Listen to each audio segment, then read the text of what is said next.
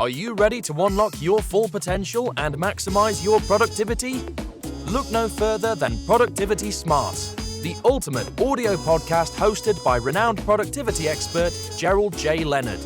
In every episode, Gerald shares captivating stories, invaluable tips, and cutting-edge strategies that will transform the way you approach productivity.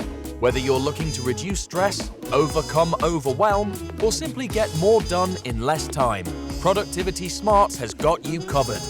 But that's not all. You'll also gain inspiration from real-life success stories of individuals who have achieved greatness through productivity.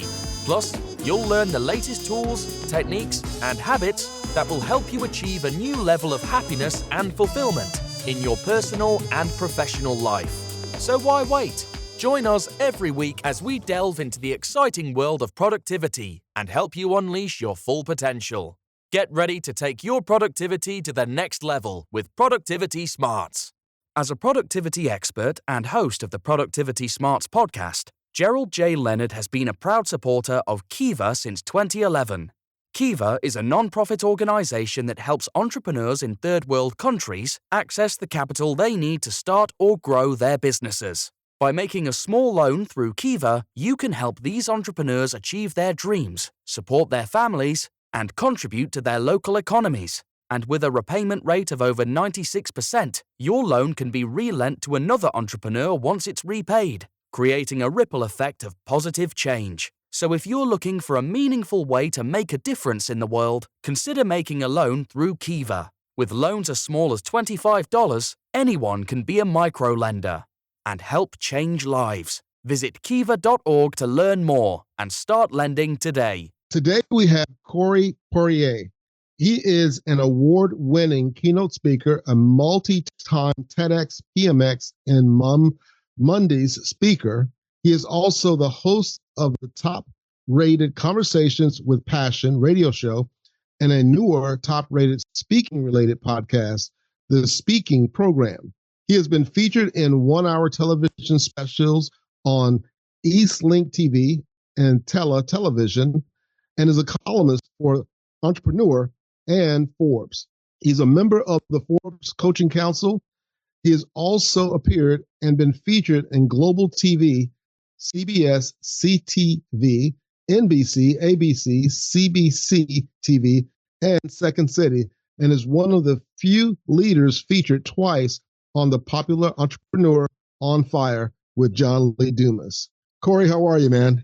I am doing world class. How about yourself? I am doing great. So listen, obviously you have accomplished a lot of things, and I've been on a TEDx platform once. You've been on multiple times. There's so much that you've done in your career, and even as we talk, you're in the middle of traveling for business and all the things that brings along with you. But what I like about it is that when we're talking earlier, you said you had your family with you. So you're incorporating kind of the whole work-life balance of bringing your family along and making them a part of the experience. What has made you successful throughout your career and where you are now? Well, I mean, to first of all, touch on what you just mentioned about the family side of things. For me, when it comes to work-life balance, I threw out that term for me personally years ago. I think balance to me is the fact that I love what I do all day, every day. So to your point, that could be incorporating the family into the mix. Yes. And so we do plan trips. I don't know what you would call it, but we plan trips where it's like a mixture between family and personal on the regular. So this trip here, as an example, we're in California now, and we've been here for about a week and a half, and the family's been with me. And here I'm doing a podcast right now. And earlier today, I was on a call with a client who's looking at maybe joining our program. And then, tomorrow I have a day like that. The next day I have a day. But after we're done here, I might go to the beach with the family. So it is a mixture. And then the family flies home, and then I fly to London and then Greece. And that'll be, again, a mixture between business and enjoying the trip. So honestly, I don't have any, I guess we'll say this day and age, I don't have any kind of structure in my life that calls for balance. It's just, if I do what I love every day, all day, then I'm balanced. So I just wanted to tackle that because you mentioned that. I think that's an important note, Gerald, as well. No, I think that's really important because sometimes trying to create that balance isn't the way it's kind of meant to be or the way people portray it to be. But balance is basically what you make it out for yourself. Because I tend to do the same thing where if I travel for business, I'll take my wife along and we will build in some sightseeing and some travel time around that so that I'm getting done the things I need to do for my business, per se, but I'm also enjoying the journey. And I think that's probably more important is that sometimes we wait, especially in life, to the end of our lives and go, now I'm going to go out and do everything. And a lot of people don't last that long once they do that because they've burnt themselves out. And I believe you need to enjoy the journey as you go along. When you think about your books, obviously you've written two books that I wanted to talk to you about, but as we were talking, you talked about a new book that you have coming out. Tell us a little bit about this new book that you have coming out and how that relates to productivity as well. Well, the book itself is called The Enlightened Passenger, and it's Okay. actually a fictional parable written about two strangers on a plane. Basically, they end up seated next to each other. The younger guy doesn't want any company next to him. He pays extra to not have company, so he pays for the extra seat beside him. But they bumped the older guy up from economy, and so now they kind of have no choice. They're stuck together, and Right. the older guy kind of shares something that makes the younger guy realize he can learn some stuff about how to make money from the older guy. So then he kind of placates him or puts up with him. But the book is basically me sharing the 10 insights that I've learned during interviews now with thousands of thought leaders and how I guess one area that really relates to productivity in the book is called the power of no. Okay. And what this really means or how this came to me is I grew up as a yes person. My Yeah. grandfather was a carpenter, grade 3 education, always told me do everything, say yes to everything, take on everything you can, and then figured how to juggle it all. And Right. so I thought, Gerald, that was the way to be. And I find there's a lot of people in that same category of people pleasing. Yeah. And saying no is a hard habit to create. But here's where it all comes together. What I realized is I started interviewing all these thought leaders, and here I discovered they're saying no over and over and over again all day, and only yes to the very few things that'll Right. make the difference. And here I'm saying yes to everything, and then trying how to figure out which things will make the difference. And so there was a very big disconnect. And so, both in the book and in quote unquote real life, since the book is a fictional parable, Right. I talk about how we need to start working on that no muscle, which could mean, by the way, it could just mean saying no to the people that are prospecting you every day that found you somewhere that you've never met before. A Right. lot of times, our inclination is to ignore that message that says, hey, I can show you how to get 70 million followers on Facebook in an hour. And normally we ignore that, but maybe it's just saying, I so appreciate that but right now I'm juggling too much or whatever that looks like, but actually saying no, because that'll start working your no muscle. But the takeaway I want people to have is the high achievers, the people that are impacting more lives, are saying no over and over and over again. So you can't be saying, well, I shouldn't say you can't be, but it's going to serve you better in my experience and a lot of study to say Yeah. no more often than yes. And also to figure out what a real no is and what a yes is. And then finally, how to do it without burning bridges. Exactly. Exactly. Those are really key points. And I think it's important to be able to say no. And I think it's really easier to say no when you have a clear purpose, right? When your purpose, your vision, your values are really crystal clear of where you're going with what you're doing, with your career, with your family, with your life, with your business, with your products, with your services, what lanes you play in, then it becomes really easy to say no when someone provides you with a business opportunity that's not a part of your focus point, right? Because it may sound Absolutely. like it's good and it may seem like it may bring in additional revenue, but if it's going to take you off into a whole nother area and create a whole nother infrastructure, a whole nother process that you have to then manage, it one starts complicating your life and it takes you away from where you're really trying to go. And so I think it probably for those folks who, because anyone who's accomplishing a lot has become really clear on their vision, their purpose, and their values of what they want their lives to look like. And so that makes it easier to say no when you really have those things crystal clear. Did you find that as well? Yeah. So for me personally, what I did, and this is exactly how I've done that, is I came up with a personal mission statement. Sometimes I call it a purpose statement that serves me well.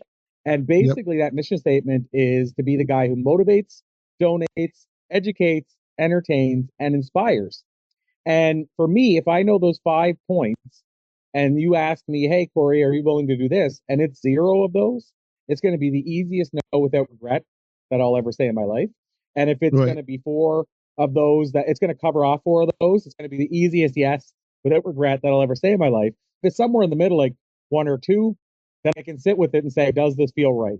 But no matter what, I make decisions super quickly. One thing I learned that I carry with me now, and it's just one of those moments that I read this and it just was like, wow, mind blown. And I don't know yet. I have to go back and look if it's from Think and Grow Rich, but I don't know if it's from the original 1937, 38, 39 versions or if it's in Okay. all of them. I think it might only be in the first ones because I have a 1938 version and I think I read it there, but I don't think it's in later versions. But to me, if it's not, it needs to be because Napoleon Hill said in his studies of high achievers, what he noticed is the top achievers say yes to things very quickly and make decisions very slowly, or sorry, change their mind very slowly. Everybody else in the world makes decisions very slowly and then changes their mind very quickly. And that's a Exactly. huge distinction. So for me, I carry that with me and say, okay, I look at those 5. Is it going to be yes or no? And I move on. So I don't sit there and go, oh, I should think about this for a day or an hour. Like the only decisions I think on that, or could be like, if I was looking at a $30,000 coaching program, I might take a day or two, but I'm still going to make a decision within a week. But I Right. find, Gerald, I talk to people. We used to have a sponsorship on our radio show years ago, and it was like a $300 sponsorship, and people would take 4 months to decide on that. And by the way, some of them would take 4 months and still move forward, but they'd take 4 months to decide on a $300 purchase. And to me, just even the mind, drain that takes over Right. a $300 purchase. So I love what Napoleon Hill says, and basically the gist is don't chase the shiny object. That's what we like to do. Okay, I'm going to work out. I'm going to try it for 2 weeks. Oh, that work didn't work out. Workout didn't work. I'm going to try another one for 2 weeks, and then we just keep hopping. But high achievers and people that are impacting a lot of lives, typically speaking, they'll try a workout and they'll stay with it and they'll Right. give it enough time, but which could be 3 months to say, okay, now I know it's really not working. Or look, oh my God, it kicked in after 3 weeks or a month. So they make decisions quickly. And so my takeaway for people is have a personal mission statement that helps you decide what a no and a yes is. But also, because you have that mission statement and you're aligned, don't sit around and think about that decision for weeks. It's got to be a yes or no quickly and move on. Gotcha. Gotcha. Well, I want to dive quickly into a couple of the books that you have. One is Quitless, and the other one is the book of why and how. And I, found those books to be really, really interesting. Quitless, which has a number of stories and sections in it regarding a number of different authors who have contributed to the book, I thought was really, really great. So let me ask you this question. In Quitless, you discuss the power of perseverance also besides persistence, but perseverance. How do you balance the need to persevere with the potential for burnout? And what advice do you have for maintaining productivity without overextending oneself? So I love that. And I guess I'll first of all go back a step and say that how do I balance it? For me, it comes down to because I burned out twice in my life and I don't ever Okay. want to burn out again. I don't think that people that haven't burned out realize that it's not just okay, I overloaded myself and now I'm just going to, go to sleep tonight, wake up tomorrow and give myself some rest and I'll be back. I Right. mean, for one of the 2 times, it took me like 9 months of just feeling like exhausted all the time. And so I don't want anybody to burn out. And yet at the same time, like for me, I'm crushing a lot of stuff every day. Like I do stuff Right. in about a 35 to 40 hour week now that it used to take me 90 hours to do. And that sounds great, Gerald, because I can do more or less, I get more free time. But what people don't realize is that means you're doing 3 times as much stuff. Yes, we Right. have more productivity, but what I mean is you're definitely doing a lot more and you're taking on a lot more to be able to do that much quicker.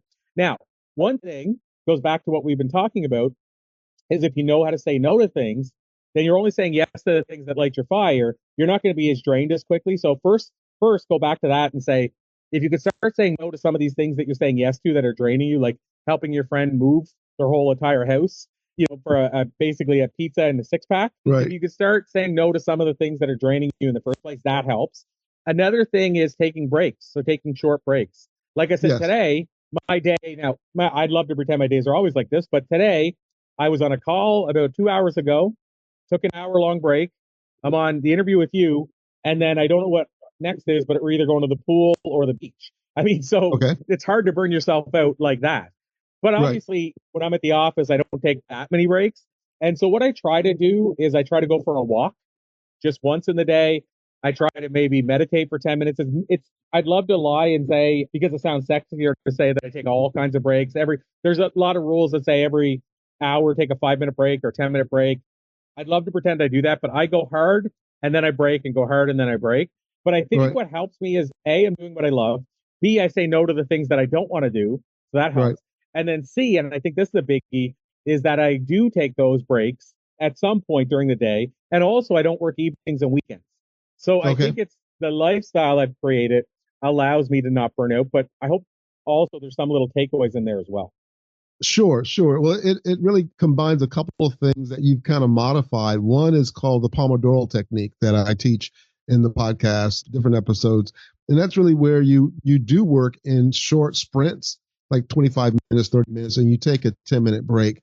And that's important because it gives your brain time to reboot.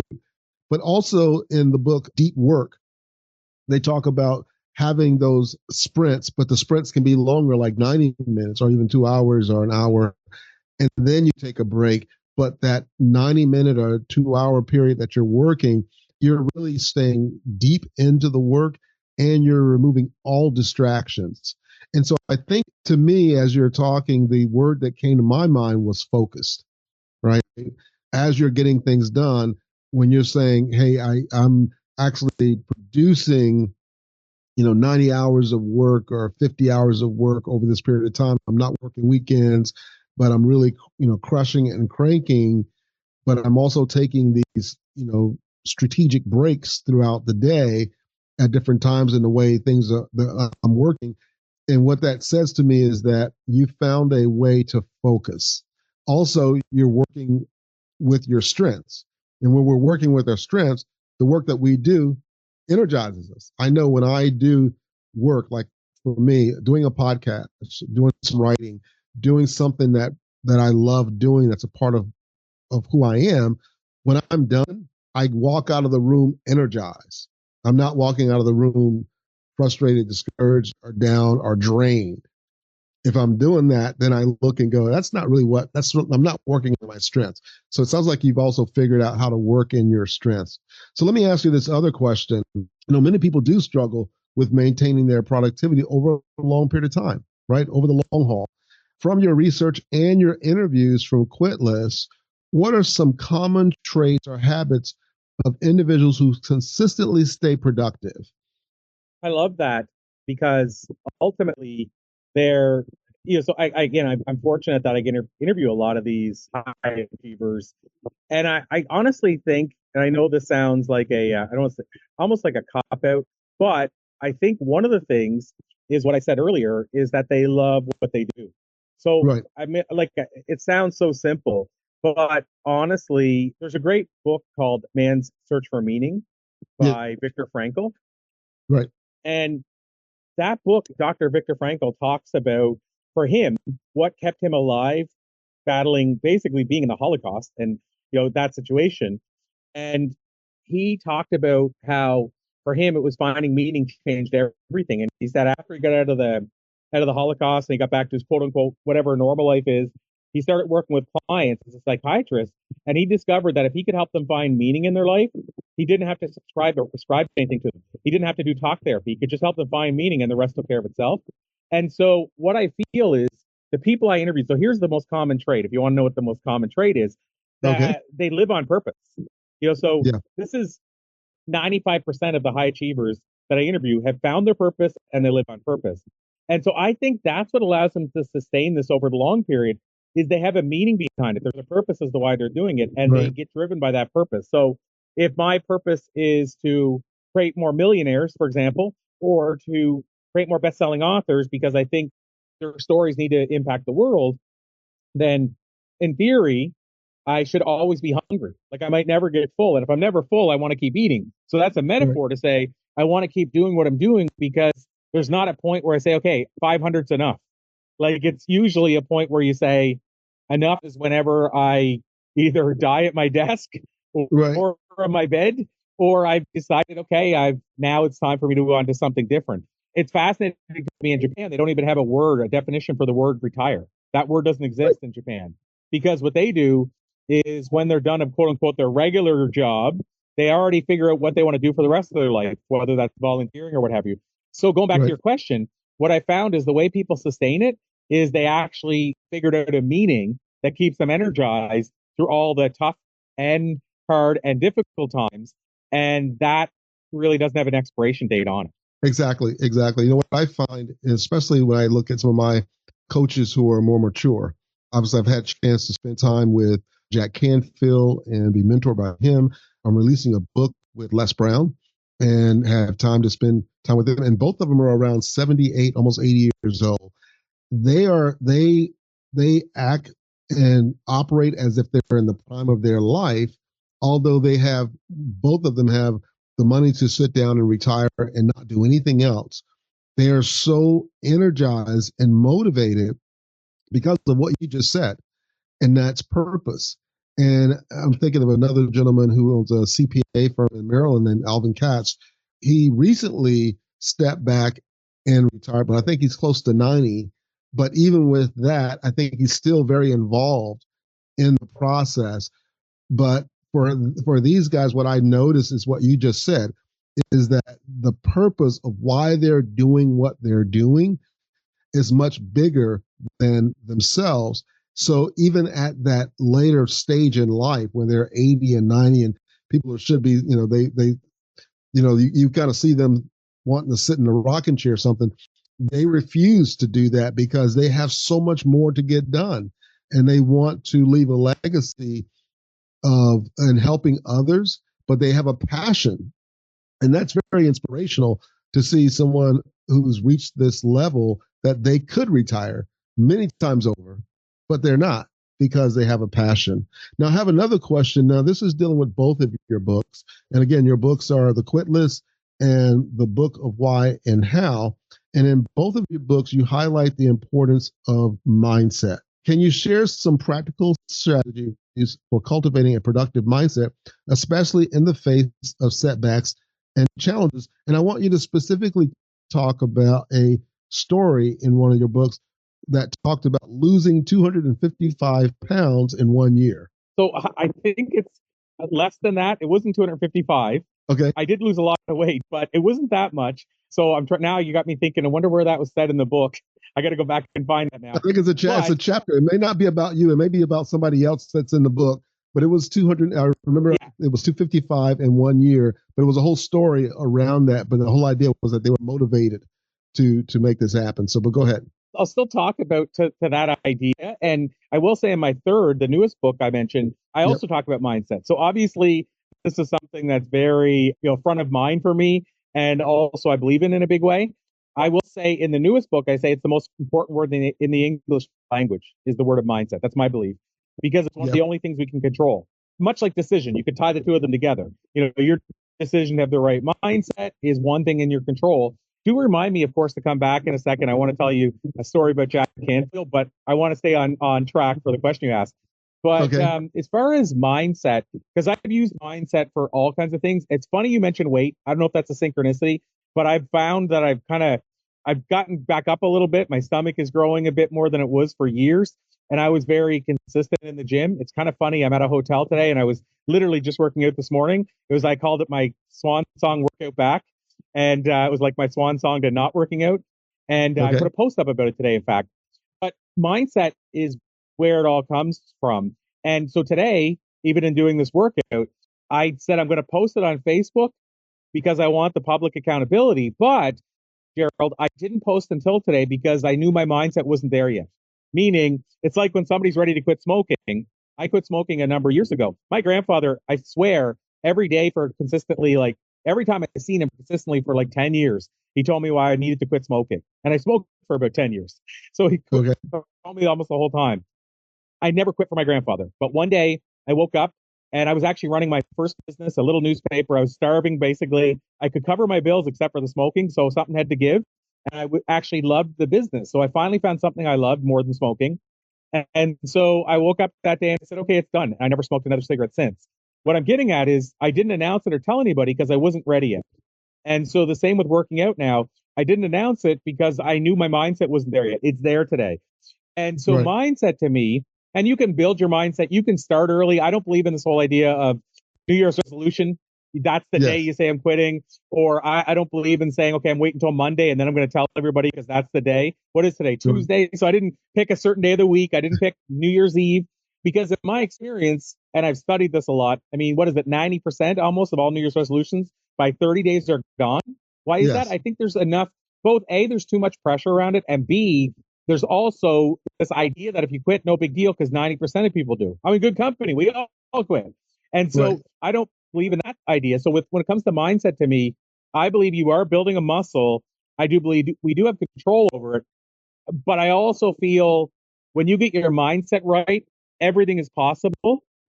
At the same time, I don't think anybody can motivate you to get your mindset right if it's not there yet. And when I say that, I want to clarify, I can help somebody with different perspectives change their mindset 100%. Like, as an example, the 21-day habit. We've been saying that for years. It's 21 days to create a habit. The guy who Right. actually did that study said he was misquoted. And he said it's 21 days for the habit to start. It's 66 before it gets Yes. cemented. So I've shared that during talks, and I watched people go mind blown. And after it come up, say, this changes everything because I was quitting at 21 days and view myself as a failure. So then I didn't get back on the horse. Now that I know Right. it's 66, I'll give myself a bit of grace and I'll keep trying longer. And if I miss it 21, I'll just keep pushing because it felt like, why am I the only one failing at 21 when it's a habit that should be cemented by then? What I'm getting at is that's changing someone's mindset, and then that might give them the power to make a change. What I'm getting at is that until somebody's ready to go all in, I don't believe you can motivate them into changing, if that makes sense. Yes. I think you have Yeah. to, No, that makes you a can lot give of them a sense. different perspective. You can show them tools and strategies for how to build a strong mindset, but they still need to be ready as well. So the mindset thing, there's books like Think and Grow Rich, which I mentioned earlier. That book changed my mindset. How to Win Friends and Influence People was the first book I ever read in my life at age 27. That changed my mindset. Those books became the self-help books that started me down the journey, started doing the self-help reps or the lifting that Right. allowed me to change my own mindset. But I feel once you've dialed into the right mindset, again, nothing can stop you. Anything's possible. I think why so many people fail is getting the mindset is the hard part. So Right. like actually dialing into changing your mindset. It's like there's a great equation that I use, E plus R equals O. I learned it actually from Jack Canfield. From Jack Jack Canfield. learned Yeah. it from, Jack learned it from W. Clement Stone, and W. Yes. Clement Stone probably learned it from somebody else. But you probably know it because the way you're nodding your head. Yes. But Yep. event plus response equals outcome. Basically, the price of gas can go up today. That doesn't matter to Corey, speaking in the first person, because I'm going to choose how I'm going to respond to that event, and that's going to dictate my outcome. So anything Right. that happens in the day, I know that's just an event. I can't change it. What I can control is my response, will dictate my outcome.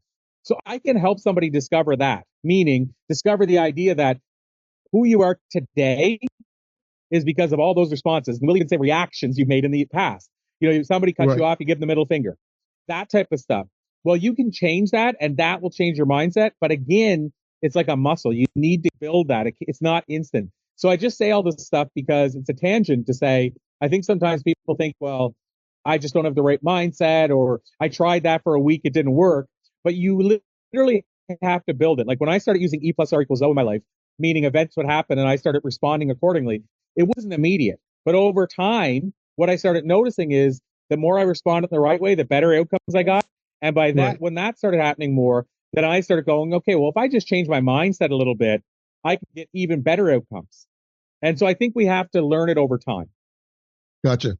Gotcha. Gotcha. Now you mentioned Jack Canfield and you had a story. I don't know if that was part of the story with the E plus R equals O component, or was there another story there that you had about Jack Canfield? No, it was a different story. It happened. I interviewed Jack the last time was probably a couple of years ago. Okay. And after I interviewed him, I brought up his name in a conversation I was having with another person I was interviewing, and the guy shared me the story with me. He said he was at I think it was a Tony Robbins event, and Jack was for some reason at the back of the room at one of the tables. I think it was like a special guest at this area or whatever. And Jack was on one table, and the next table beside him was this 19. Well, the guy guessed he was 19 years old. He said, looked about 19. Tony was speaking, and Jack was taking notes like crazy. Like he was burning, like there was smoke coming from his pencil, as all the notes he was taking. And I think he was 69 at that time. And the guy at the table next to him that the guy guessed was 19, the opposite table, was looking over Jack and just shaking his head. And then he just put his head in his hands. And the guy that I was interviewing said, how sad is it that Jack Canfield, who can go backstage with Tony and learn the same stuff from Tony directly, is taking all those notes because he believes he still needs to keep feeding his mind. And this 19-year-old who needs Jack's notes desperately doesn't understand why Jack is taking those notes. And that metaphor to me, that visual, has always spoken to me about what you said earlier about why I interviewed Zig Ziglar 6 months, a year before his passing. And I asked him what he spent his time doing. He said, reading either nonfiction books or biographies or books that are going to teach me something. Because, once we stop learning, we stop living. Zig was still learning at 84. Jack is still learning in his 80s. And we could go down the whole list of all the iconic thought leaders. And they all kept learning, either till like Jim Rohn, till the day they were done completely with us and decided to move on to better places, or in general, they just never stopped. One of the two. And so to your point, we need to keep feeding our mind forever. And also, I think we need to start understanding it's as important to feed our mind as it is our body, because we put a lot of focus on what we feed our body and not very much on what we feed our mind. And going back to your point, if you want to be productive, if you want to be a high achiever, you want to be successful, you need to feed your mind the right things. Exactly. Those points are well said and well taken. And I think that is a visual image that we can all take back with us when we think about, here's someone who's 69 and he's listening to Tony Robbins, who was younger than he is, but he's taken ferocious notes. And now he's close to 80 years old. And I can tell you, because I've spent time with him this year, Jack Canfield is still the same way. Les Brown is still the same way. If they're in a room with a younger speaker and they're talking, they will take notes, not just for the sake of looking like they're taking notes. They actually take notes because they want to remember and learn, even at this age, with all that they've accomplished. And again, being able to retire many times over, they're still in the mindset of a place of growing themselves. Well, let me close out and ask you this one last question. Then I'll ask you where people can learn more about you. And this is a question around community and relationships. So in regards to community and relationships, often they play a big role in our personal productivity, basically the people we're around, that we put ourselves around, that the communities we create and that we live in.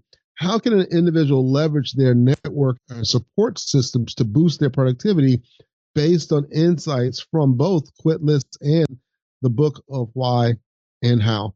So that question really in a lot of ways sums up my life these days. So when I say that, I mean in terms of being productivity because of your network. So for me, how anybody can do it, but how I do it as well is, first of all, I get to pick the minds of some of the greatest thought leaders ever. So I either can get on a call with them, or what's more productive for both of us, Gerald, is to schedule an interview. So that way their insights gets out to the world, but I get to ask them, like you're doing, the questions I want to ask. Exactly. One thing you can do is figure out what they're doing and, of course, follow suit. So what a person can do if they don't have those people in their network is they can go listen to great shows like this one, where you're curating and bringing people on, and they can go and listen to the Coles notes and then go on and listen to what, say, Jack Canfield's doing to be more productive and do that. That's one thing. Right. A second thing, but we talk literally, because your question was about with your network, how can you kind of leverage your network to be more productive? Yeah. And so what I would say is a big way is figuring out, so your network can tell you if you need, I'll use an example. If you need a web designer, you have two options, right? You can go online and post and say, hey, anybody know of a web designer? And you can post that on Facebook. And what's going to happen is you're going to get 1,300 replies. You're going to get 75 texts sent to you saying, hey, I heard you're looking for a web designer. And you don't know any of these backgrounds. You're going to have to, if you even go after to work with any of them, You're probably going to have to ask for testimonials. I mean, you could go into hundreds of hours of work now to find this web designer. Your other Right. option is to go to the person who has the best website you know and is the most astute person you know in that world and say, who do you hire? Who do you Right. work with? So when it comes to even what I decided to read, what I used to do was I would interview somebody like a Zig Ziglar and say, what's the last 3 books you read? And then what he said, I would dive into those books. Yeah. But to answer your question, again, continuing down the path, if you need to find somebody to help your business be more productive, get more clients, whatever that looks like, go to the person you know that's doing it and ask what they're using. That's the biggest shortcut in the world. Another thing you can do is if somebody reaches out to you and it sounds like a good fit, go to your network and say, who has experience with this person? You're going to save yourself time and headache of not working with somebody who maybe ripped off somebody that's a friend of yours that you didn't know because they didn't want to speak up and tell anybody. So really, it's leaning on your network. Another thing you can do is, let's say you have a podcast. You say, I want the best show. I want the best guests ever. Now, I haven't done this in a long time, and I probably should at some point, Gerald. But what I could do is I could go to Mark Victor Hansen, to Les Brown, to Jack, to Richard Paul Evans, to Lisa Nichols, and their teams as well, and say, hey, I'm starting a new podcast. I only want to have top tier guests. Who do you recommend? Can you make a connection for me? So imagine the difference between me going out one by one, sending emails and saying, hey, I've had these people on my show. Are you interested? But you're still going to get a good result because of who I've had in the show. But the other option is I go out to those people and say, who would you recommend that needs to be on my show? Now, some of these people, like Les, I've interviewed 7 times. So theoretically, Les is going to he's going to know my show and he's going to want to recommend somebody that's going to be a good fit on the show. So that's another way you can leverage your network, is to go and say, who do you recommend I reach out to be on the show? Would you make the connection for me? So that's another more productivity. Another thing, which is getting new clients, is go out to those people that you built relationships with and ask if they're willing to give you an endorsement. So those endorsements are going to make you more productive, because when somebody goes to your website, half of the work is done. If you're in sales, half the work's done because they're like, oh my God, Tom Ziegler said this about him. Oh, wow, JJ Virgin said this about him. I can probably trust him. And now all of a sudden, by the time you get in the call, half the work is done of building that trust in you and that credibility. So I hope that answers the question, but go to your network and lean on them to find suppliers, to find clients, to find people for whatever your project you're working on, to get connected with the right investors. All those things are going to save you otherwise what would look like hundreds of hours of time of you doing it on your own. Exactly. And here's something else too. If you feel like you're intimidated to go to someone like the people we're talking about, right, that you don't know them personally, but guess what? You can buy their books. And if you go and study the acknowledgement sections of their books, they will be thanking all of the people who's helped them. And you can Google them, you can look them up on LinkedIn. And guess what? Many of those people also offer those services. I found Jim Cramer, who wrote the book 1001 Ways to Market Your Book. And he helped me with my last book that I published with John Wiley. He helped me with the title, the subtitle. He helped me with some of the ideas that I had in the book. When I wanted to launch my podcast, he gave me amazing ideas and insights in launching this very podcast. How did I find him? I saw a video of Jack Canfield talking about him. I saw him mentioned in Jack Canfield's book.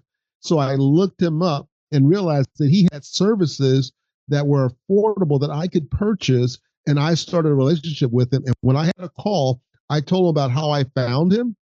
We became best friends. And we've worked together for a long time.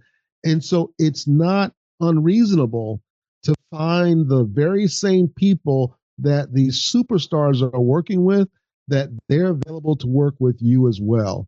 And they will provide all the same insights and wisdom that they're giving to the Jack Canfields and the Les Browns and the Tony Robbins. They will give that information to you as well. So that's another way to go about it. And I really appreciate your feedback. Corey, if someone wants to get to know you more or learn how to work with you, learn more about you, where can they go? Yeah, so I mean, thank you so much. And I will say, Gerald, just to, me already probably, just to add on to what you said, what I tell people too, another way to do that is to go to the website and see who endorsed them. So like, for example, that's how I found Dan Sullivan, and that I got Dan on the show, and that's originally how I reached Jack, because Dan was Jack's coach. And I got a clip of Dan saying, hey, you should have Jack on the show. And then I sent that to Jack's team and said, even Dan, Jack's coach, thinks he should be on my show. And then they sent me the booking link.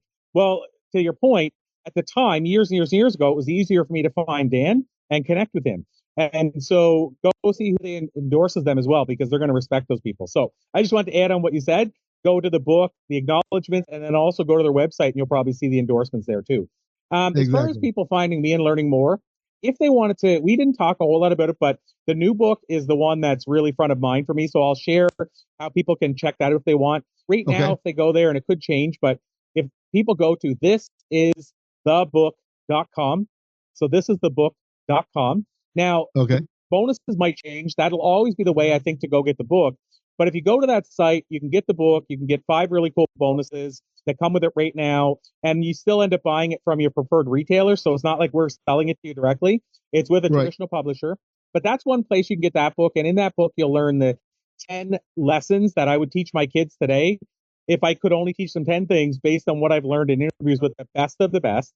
The second option is if people want to learn about the work we do, helping people become experts. So we have a thing called Blue Talks, BLU, where we help people get on stages like Columbia, Cambridge, Oxford, what have you. We help them get videos they can leverage forever, all those kind of things. If people want to know more about how they can get their message out to a lot more people, a lot more efficiently, easy path is just my email. I don't usually do this, but my email is Corey, which is Corey, at Blue, BLU, Talks, TALKS.com. So Corey at Blue Talks, just like TED Talks.com. Excellent. Well, Corey, thank you so much for being very generous to share the information and your wisdom from the 3 books that you have there. And I know you have more coming at us with all the travels. Be safe going to London. Be safe going to, I think you said Greece or Paris or somewhere like that. And I know you do a lot of international travel, and also spending the time with your family. So thanks for taking a break in your day to spend time with us. And I'm really grateful that you had the opportunity to share your wisdom and insight with the Productivity Smarts family. Wow. Thank you so much, Gerald. And thank you, everybody, for joining us. Excellent. If you're enjoying the content and finding it valuable, we would appreciate it if you could take a moment and leave us a review. Your feedback is important to us and helps us reach a wider audience. If you leave us a 5-star review, it would mean the world to us. Not only does it help us improve the podcast, but it also helps us attract more sponsors and grow our community. Thank you again for your support and for listening to the Productivity Smarts podcast. Thank you for tuning in to Productivity Smarts, where we help you achieve your goals and live your best life.